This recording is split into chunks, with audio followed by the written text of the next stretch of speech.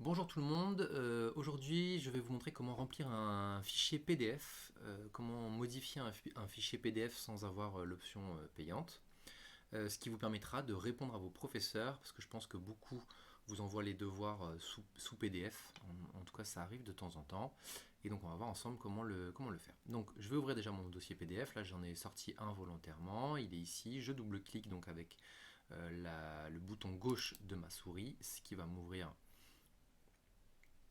mon document PDF, et là vous voyez que vous avez votre document PDF. Si j'appuie ici, là pour l'instant je ne peux pas le modifier. Si j'appuie sur les boutons, ça ne marche pas. Donc ce que vous allez faire, et ça c'est la première solution, vous allez appuyer sur celui-là qui ressemble à un stylo plume, et ce qui va vous ouvrir une petite fenêtre à ce niveau-là. Ensuite, derrière, vous allez avoir la possibilité, donc, si le AB là est déjà cliqué, normalement il y est d'emblée, d'écrire et de faire ce qu'on appelle une zone de texte. Donc je la pose ici, et donc mon nom, prénom, très rapidement, Robert Digagné, Vincent. Ce texte-là, je peux soit l'augmenter avec le grand A, donc vous voyez que mon texte augmente, soit le diminuer avec le petit a, donc là il est à peu près à la bonne taille. La poubelle, là ici, elle me sert à tout effacer, si jamais j'ai fait une bêtise, ça vous en servirez pas. Et enfin, les trois petits points, on le verra tout à l'heure, ça sert à faire des croix, etc. Ça va nous servir juste en dessous. Je peux le déplacer avec, vous voyez, quand je me déplace ici, il n'y a rien, mais quand je vais sur les lignes bleues, à peu près aux alentours des lignes bleues, là, du rectangle bleu, il y a une croix avec des flèches qui apparaît. Et donc cette croix avec les flèches, elle va vous permettre de déplacer votre texte où vous voulez, donc bien de repositionner, si par exemple votre texte est ici et que vous voulez qu'il soit à cet endroit-là. Derrière, à chaque fois, donc, quand vous cliquez quand le AB est actif, vous avez de quoi de nouveau écrire du texte. Donc voilà, là, quel est le titre du troisième chapitre, et puis bien repositionner votre texte si jamais il n'est pas bien placé, comme on l'avait fait tout à l'heure, après l'augmenter ou le diminuer au besoin. Deuxième chose que vous pouvez faire, c'est faire des croix et des symboles. Donc là, ça l'a fait directement en fait. Je ne sais pas s'il a reconnu ou pas, mais donc ici, vous avez la possibilité, donc en cliquant dessus, de cocher les cases. Donc là, si on est dans le AB et que je veux faire un texte, donc ici, il faut que je passe à cet endroit-là pour que ça me donne la surbrillance sur la case. Et donc là, j'ai une case que je peux diminuer en appuyant avec le bouton gauche sur le petit rond bleu là, ou augmenter en fonction de la taille que je veux faire. Et comme vous l'avez vu, je l'ai découvert en direct avec vous, mais quand vous vous mettez directement sur une case, en fait, il vous met en surbrillance un, un espèce de une encoche, quoi, comme une croix, qui vous permet de dire à côté de quelle ville habitent Philippe et Claudette. Est-ce que c'est Clermont-Ferrand, est-ce que c'est Bobigny, est-ce que c'est Vichy? Ok, c'est Vichy, je clique dessus, et boum, mon fichier est modifié. Donc là, vous allez faire la même chose à chaque fois, hein. Donc là, ici, je reclique, je fais mon texte, et quand vous avez terminé, il ne faut surtout pas oublier d'enregistrer votre travail. Donc pour enregistrer votre travail, et donc du coup votre fichier questionnaire 6e 4 qui maintenant a été modifié par vous, si vous oubliez d'enregistrer, et ben votre fichier il sera comme tout à l'heure, il sera vide. Donc là, toujours penser à bien enregistrer. On clique sur la disquette, ou alors on peut le faire par fichier enregistré sous. On cherche un endroit sur l'ordinateur où on veut l'enregistrer. Donc, en l'occurrence, moi je vais le mettre sur desktop. Je vous rappelle que desktop ça veut dire bureau, donc pour qu'il soit plus facilement accessible.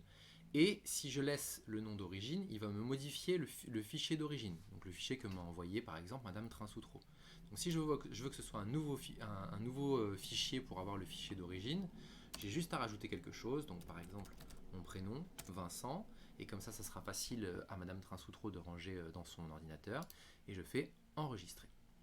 Une fois que j'ai fait ça, je peux fermer ici, et vous allez voir que sur le bureau apparaît un nouveau fichier qui s'appelle questionnaire 6e 4 Vincent, et si je l'ouvre maintenant, vous allez voir que le document a bien été modifié avec mes réponses, avec mon nom et avec les cases que j'ai cliquées.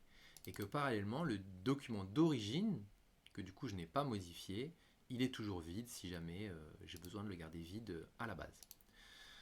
Voilà pour cette première manière de faire qui est au final assez simple. Donc ce que je n'ai pas dit, c'est qu'il vous faut évidemment Adobe Acrobat Reader, quoi, pour lire les PDF. Donc si jamais vous ne l'avez pas, téléchargez-le, c'est gratuit. Vous pouvez aller sur, si vous voulez être sûr de ne pas télécharger une mauvaise version, vous allez sur ce genre de site-là qui mettent à disposition les différents logiciels, les différentes applications. Et vous téléchargez Acrobat Reader, ce qui vous permettra à chaque fois d'ouvrir les PDF assez facilement et de les modifier comme je viens de vous le montrer. Alors, si vraiment ça n'est pas possible pour vous d'avoir Adobe Acrobat Reader, ou bien que vous n'avez pas la même version, que vous n'avez pas le stylo plume et que c'est trop compliqué pour vous, il y a une deuxième manière alternative qui est un peu plus compliquée, mais que je vais vous montrer, d'autant plus que là je le fais pour le PDF, mais ça peut vous servir dans plein d'autres documents. Donc, premièrement, j'ouvre mon document PDF, comme tout à l'heure, et je vais m'arranger pour réduire mon document jusqu'à ce qu'il soit visible entièrement à l'écran. C'est très important qu'il soit visible entièrement à l'écran. Là, il est à 42%, donc j'ai vu que 66% c'est trop grand parce que j'ai pas les petites bouches en bas. Et 46%, il y a un peu de place en haut en bas, donc là pour l'instant ça marche.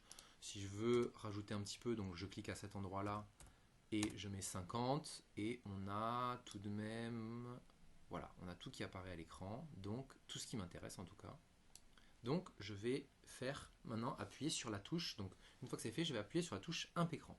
Donc quand je fais Imp écran, ça m'imprime tout ce qui est à l'écran. Donc attention, si vous avez des onglets en haut, il faut vraiment, enfin ça va tout vous copier. Donc il faut vraiment qu'il n'y ait rien qui soit au-dessus de l'endroit que vous allez copier. Donc là je viens de le faire, j'ai appuyé sur la touche Imp écran, et je vais maintenant ouvrir un document Word. Donc voilà, moi j'ai pas d'onglet directement à activer, donc je le fais par là. Comme toujours quand j'ouvre un fichier, pour ne pas oublier, je vais tout de suite l'enregistrer. Donc je descends ici, enregistrer sous, clic gauche, sur le PC. On va le mettre nous aussi sur le bureau pour l'instant, et puis après on le rangera dans un dossier, et puis je vais l'appeler travail 6e 4 Vincent. Voilà, et je l'enregistre, et il va se mettre sur mon bureau. Voilà, il est... non, c'est pas celui-là, c'est celui-ci. Voilà, comme ça on le voit mieux. Je reviens donc sur mon document, et maintenant que vous savez faire un copier-coller, vu que l'imp écran c'est la dernière chose qui a été copiée dans votre ordinateur, c'est ce qu'il a mémorisé en dernier. Donc vous pouvez directement faire soit CTRL à vous, CTRL-C ou CTRL-V. CTRL-V, c'est ça. Soit clic droit et coller. Là il n'apparaît pas, c'est un peu compliqué, donc moi je mets directement CTRL-V. Et vous voyez que tout ce qui était à l'écran à ce moment-là, même le truc jaune là de l'écran, le petit rond jaune, ça apparaît sur cette capture d'écran. Donc important de ne pas avoir à ce moment-là une souris ou quelque chose qui se balade au niveau de ce que vous voulez copier. Maintenant tout ça, ça ne m'intéresse pas.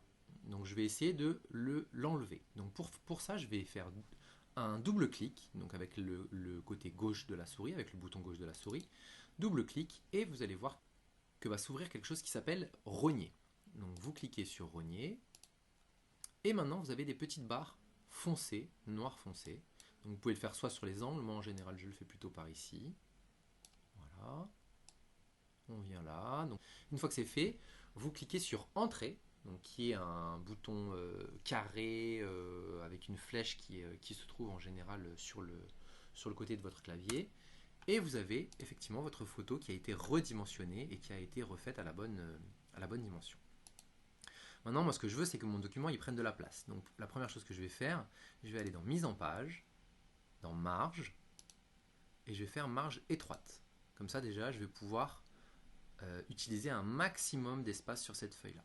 Ensuite, je vais le grandir. Évidemment, il faut que je sois en orientation portrait, d'accord? Parce que là, vous voyez qu'on est dans le sens de la hauteur, on n'est pas en paysage, donc là c'est bon, on est déjà en portrait. Et puis je vais les tirer en me mettant, donc là je peux le faire en haut à gauche, en haut à droite. Il ne faut pas le faire ici parce que sinon ça va vous faire un truc comme ça qui va déformer votre document. Mais je vais aller donc par exemple en bas à droite et je vais tirer jusqu'à ce que... Alors, il me faut une vue un peu plus large pour bien voir. Je vais tirer jusqu'à ce que ça se fit, quoi, jusqu'à ce que ça se mette bien au niveau de l'écran. Donc là, c'est une taille à peu près correcte, et je vais pouvoir maintenant travailler sur mon écran. Donc, à partir de là, vous allez faire une première chose, c'est que vous allez cliquer ici, Et donc vous allez même double-cliquer ici, et vous allez aller dans Habillage. Et vous allez cliquer sur devant le texte. Sinon votre texte il va se mettre à côté, il va se mettre devant, parce que là on va vouloir introduire une zone de texte. Donc je mets devant le texte, et ensuite j'ai plus qu'à faire insertion, ici, puis zone de texte. Je clique sur n'importe quelle zone de texte, celle-là par exemple, et vous voyez qu'elle se met devant. Ensuite, j'ai plus qu'à la mettre à la bonne taille. Hop, je la mets au bon endroit. Et voilà, j'ai rempli mon document. Pour faire une autre zone de texte, soit à chaque fois je fais insertion, zone de texte, ou bien je vais cliquer ici et je vais faire copier, donc CTRL-C, puis CTRL-V. Et je vais avoir un deuxième texte qui va venir là, avec le même qu'en haut, mais c'est pas grave. J'ai juste à cliquer ici, et puis je vais pouvoir faire mon baratin. Pour cliquer dans les cases, ça va être un peu moins facile que l'autre. Je refais toujours la même chose.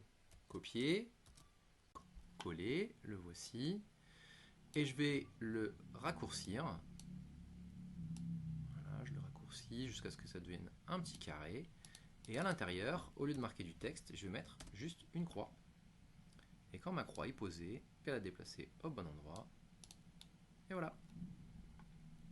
Donc voilà, c'est un peu moins joli, c'est un peu moins bien fait, mais en tout cas pour les élèves qui s'en sortent pas trop et pour qui c'est un peu plus compliqué, c'est une manière de faire.